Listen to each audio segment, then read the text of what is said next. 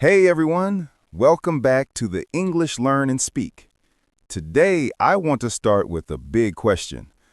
What if improving your English fluency has nothing to do with learning more words and everything to do with training your brain the right way? Sounds surprising, right? But stay with me. And here's another one.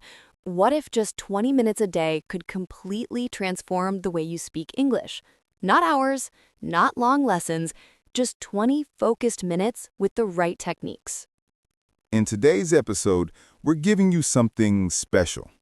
Not just tips, not just advice, but powerful training methods used by real English learners, public speakers, actors, and even language coaches. And don't worry, everything is in simple, friendly B1, B2 English, so you can learn while enjoying the conversation. Let me ask you this. Have you ever been in a situation where you're trying to speak English, but suddenly your brain freezes? Like you know the word, but it just disappears? Oh yes, that tip of the tongue moment. Your mind goes blank. You try to translate from your native language, and by the time you find the right word, the conversation has already moved on. That moment makes you feel like you're not improving, right? But trust me, you are improving. You just need the right type of practice, not more textbooks. In this episode, you will learn how to think in English instead of translating, how to speak with confidence even when you're not ready, how to use the input, practice, output fluency system, how to use shadowing techniques like actors do, how to create a 20-minute daily fluency routine. And by the end, you will feel more confident, more motivated, and more ready to improve your English every single day. Let's start with a quick warm-up. Repeat this simple line with me. Today, I will practice English and get better one step at a time. One more time, with confidence. Today, I will practice English and get better one step at a time. All right, now that you're warmed up, let's talk about the real reason fluency feels difficult. And trust me, once you understand this, everything will become easier. All right, let's get honest for a moment. Because before we fix fluency, we need to understand why it feels difficult. Let me ask you this. Have you ever been in a situation where someone asks you a simple question in English and suddenly your brain shuts down? Like everything disappears. Vocabulary, grammar, confidence, all gone. Yes, you studied the words. You practiced the sentences. But when it's time to speak, you freeze. Your mind goes blank. Your tongue stops moving. And you think, why can't I say anything? And the worst part, right after the moment is over, the word suddenly comes back to your mind. You think, oh, I knew that. Why didn't I say it? If this has ever happened to you, just know you're not alone. Millions of English learners feel the same way. And no, it does not mean you're bad at English. It means you're stuck in the wrong system. Let me ask you another question. Why do you understand English when you read or listen, but struggle when you speak? Most people think it's because they don't know enough words, but that's not true. The real problem is something else. Your brain is trying to translate every sentence from your native language into English before you speak. This process looks like this. Think in your language, translate to English, check grammar, worry if it's correct, then speak. That is way too many steps. Exactly. It's like trying to run a race while carrying a heavy backpack. Of course, it will feel slow. Of course, it will feel stressful. Of course, it will feel scary. But guess what? Native speakers don't translate. Fluent English learners don't translate. Confident speakers don't translate. They think in English, even simple English. Another reason fluency feels difficult, you don't get enough real speaking practice. You might listen a lot, you might study a lot, but speaking is scary. Speaking feels risky. Speaking means making mistakes. And because you don't practice speaking, your brain doesn't build the speaking muscles. It's like going to the gym and only watching people exercise. Exactly. You won't get stronger by watching others lift weights. You only get stronger when you do the work. Let's imagine the simple conversation. Someone asks you, "How was your weekend?" You know the vocabulary, you know how to answer, but your brain is thinking, weekend, what do I say? Translate, and the moment is gone. This happens because you're thinking in two languages at the same time. Your brain is working too hard. So now that we know the real problems, translation, fear, and no speaking practice, let's fix them. In the next chapter, we're going to give you the first fluency training rule, how to start thinking in English naturally. Let me ask you a simple question. What if your English fluency could grow the same way your body gets stronger at the gym? Yes, I'm serious. Because the truth is, English is a muscle. And in this chapter, we're going to show you how to train it the right way. I love that idea, Jason. You know, so many learners think fluency is only about knowing more words, but actually, fluency is about using English again and again, just like a workout. Exactly. Think about it.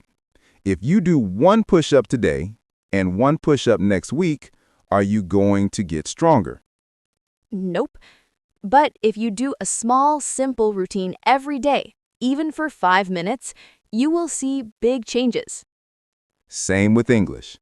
Even short daily practice creates fluency. All right, listeners, grab your notebook because this is important. Here's the 3-step English training method that actually works. Before speaking, your brain needs examples. If you listen to 5 minutes of natural English every day, your brain starts learning patterns automatically. It's like feeding your brain the raw material it needs for speaking. Now, this part is powerful. Shadowing means you repeat the speaker's words at almost the same time. Not perfect, not exact, just imitate the rhythm, tone, and flow. This builds your fluency muscles faster than almost anything else. Even 2 minutes of shadowing can change your speaking. After listening and shadowing, now you speak on your own. Talk about your day, something you learned, your goals, anything. Because now your brain is warm. It's ready. The English muscle is activated. This routine works because it trains your brain like an athlete trains their body. Yes, there's repetition, there's focus, and there's action. And the more you do it, the faster you grow. It removes fear. It removes hesitation. It removes the confusion between your native language and English. I always tell my students, stop studying English like a subject. Start practicing it like a skill. Exactly what to practice each day, minute by minute. This is your personal fluency workout plan. We're giving you the daily routine that will transform your English in weeks. So stay with us. What if you had a simple daily routine that makes you more fluent every single day, even if you only have 20 minutes? Sounds good, right? And today, we're giving you exactly that. A step-by-step fluency workout, just like a fitness plan, but for English. Here's the truth. Most learners study English, but they don't train English. Yes. And when you don't have a plan, you get confused. What should I practice today? Should I watch a video, do grammar, learn vocabulary? But when you follow a routine, the same routine, every day, something amazing happens. You become consistent, and your fluency grows naturally.